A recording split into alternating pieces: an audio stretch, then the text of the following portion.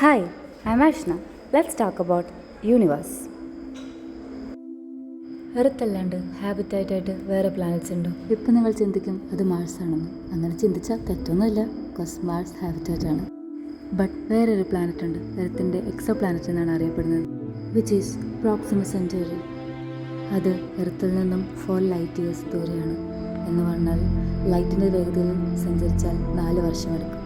Voyager 1 പോലെയുള്ള space craft ഉപയോഗിച്ചാൽ 70,000 വർഷമെടുക്കും. സണ്ണിനോട് വളരെ അടുത്ത് നിൽക്കുന്ന ഈ സ്റ്റാർ എർത്തിനേക്കാൾ 1.2 മടങ്ങ് വലിപ്പമുള്ളതാണ്.